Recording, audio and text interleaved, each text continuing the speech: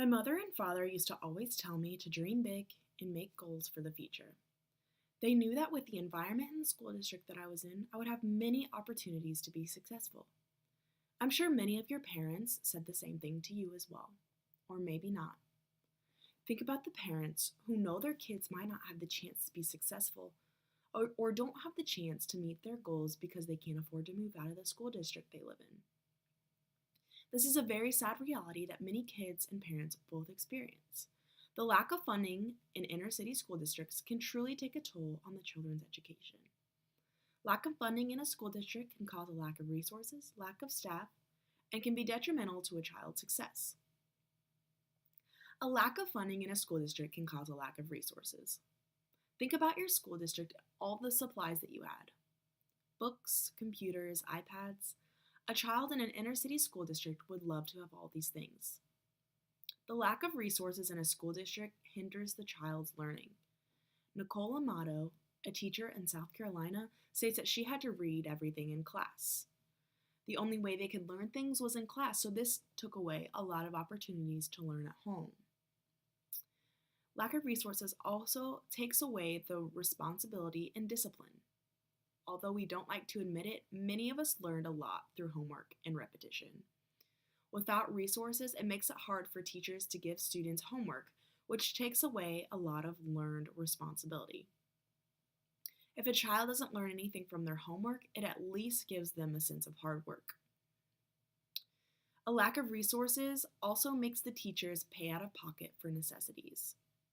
Teachers in all school districts have to pay out of pocket for extra materials. This is true. But things like tissues, dry erase markers, and hand sanitizers are mostly asked by the students to bring in. Most teachers in other school districts ask their kids to bring them in, but the teachers in high poverty areas can't expect the parents to want to pay for these materials, frankly, because they can't afford them. A lack of funding in school district can cause a lack of staff. Another issue is the lack of staff. It's very hard to completely staff a school with minimal funding. Minimal funding, of course, causes less money to pay the teachers. According to Teacher High School Salaries, the median salary for a charter school teacher in Kansas City is about $44,346. The average for a suburb school teacher around Kansas City is $53,480. The teachers are doing extra work for less money, and a lot of teachers don't want to have to work for that, which is very understandable.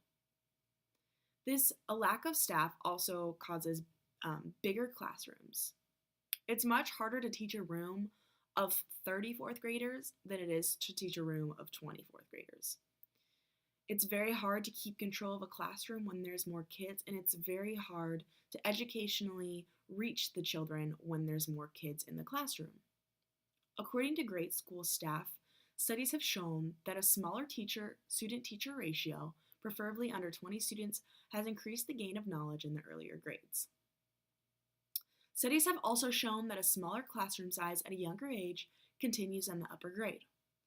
Students are less likely to be held back and more likely to stay in school and earn better grades. The last point I would like to make is that a lack of funding can be detrimental to a child's success. The education system is a domino effect. If there is no funding, the quality of education suffers. If the quality of education suffers, then the students are detrimentally affected.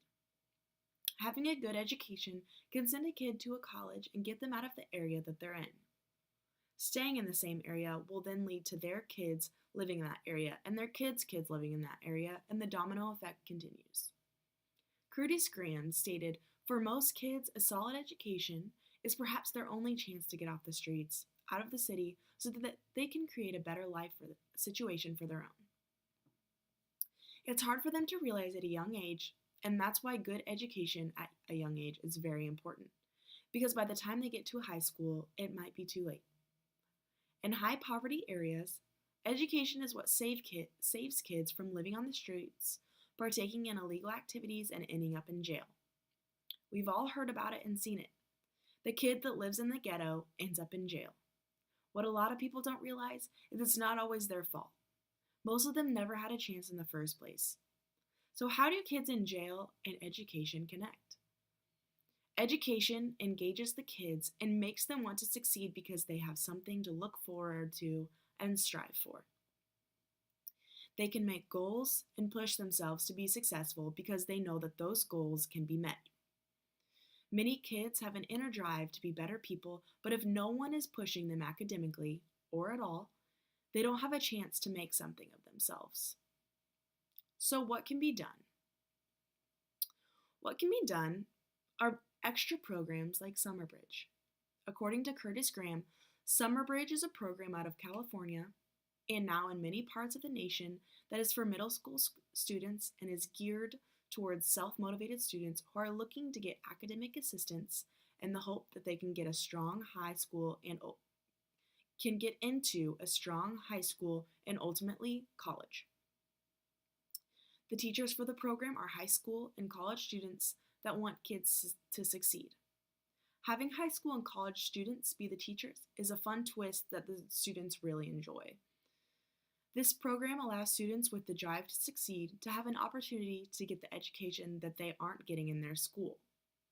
This opportunity helps kids to stay out of trouble, and it shows them what it's like to work hard and be accomplished. A shortage of funds isn't always easy to fix, and there's no way to fix it overnight, but what can be done is a push in the right direction.